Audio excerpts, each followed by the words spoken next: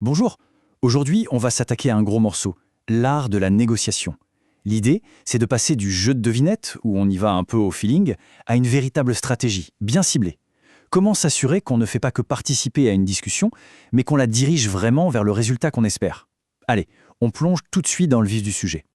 Et on commence fort avec cette citation de Sun Tzu tirée de son fameux Art de la guerre. C'est d'une puissance redoutable, et ça pose les bases de toute notre réflexion. C'est une vérité qui peut paraître évidente mais qu'on oublie tout le temps. Si on ne sait pas où on va, il y a très peu de chances qu'on y arrive. Ce qui est absolument fascinant, c'est de voir à quel point cette sagesse militaire, vieille de plusieurs siècles, s'applique parfaitement à nos discussions de tous les jours. Que ce soit pour parler salaire ou même juste pour décider de la destination des prochaines vacances, eh bien la stratégie, elle, commence bien avant que le premier mot soit prononcé. Mais alors, que se passe-t-il quand cette stratégie est aux abonnés absents? On en vient maintenant à la situation la plus courante, et sans doute la plus dangereuse, celle qu'on veut à tout prix éviter. Entrer dans une négociation sans cap, c'est un peu comme tomber la tête la première dans le piège de l'improvisation.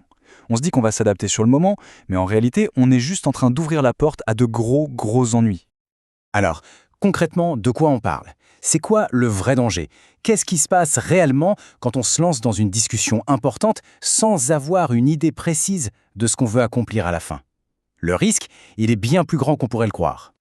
Le voilà, le risque principal. L'expression, elle est parfaite, se faire balader. Ça veut dire quoi? Ça veut dire être mené par le bout du nez par la personne en face. Sans objectif qui nous est propre, on se contente de réagir à ses propositions. On finit par suivre son agenda et au final, on accepte un accord qui ne nous sert pas, ou pire, qui nous dessert complètement.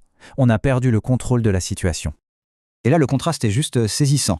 D'un côté, sans objectif, c'est la confusion, le flou, la perte de contrôle. On navigue complètement à vue. De l'autre côté, avec un but clair, on a de la clarté, une direction. Chaque mot, chaque proposition qu'on fait est mesurée par rapport à ce but. La conversation n'est plus un labyrinthe, ça devient un chemin balisé.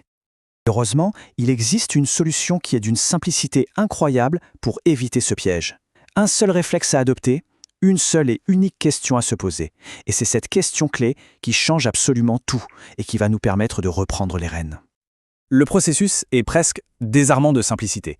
Étape 1, on prend un temps de pause avant même de commencer à parler. Étape 2, pendant cette pause, on se pose la fameuse question « Quel est mon objectif principal ?» C'est tout.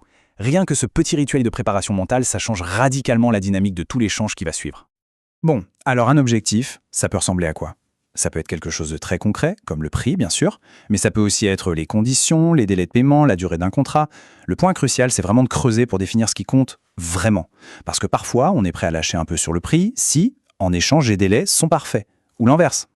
En fait, en adoptant ce réflexe, on change complètement de statut. On n'est plus un simple participant, parfois un peu passif, on devient le véritable pilote de la négociation. Ce n'est plus juste une discussion, c'est une démarche intentionnelle, réfléchie, c'est ça, devenir le stratège de ses propres conversations. Alors, définissons ce rôle. Le stratège en négociation, c'est tout simplement une personne qui arrive à la table avec une intention parfaitement claire et un plan, même s'il est simple, pour y arriver. Attention, ça ne veut pas dire être rigide. Ça veut dire avoir un point de repère, une sorte de boussole interne qui va guider chacune de ses interventions. Et c'est là que toute la magie opère. Cette simple préparation mentale, elle transforme ce qui pouvait être vu comme un conflit, une confrontation un peu stressante, en une véritable opportunité. Une opportunité structurée de construire un accord qui fonctionne pour tout le monde. On n'est plus sur la défensive, on est dans la construction. Donc, s'il y a une chose à retenir, c'est celle-ci. Le point crucial, savoir ce que l'on veut est la toute première étape, indispensable pour l'obtenir. C'est aussi simple et aussi puissant que ça. Absolument tout le reste découle de ce principe de base.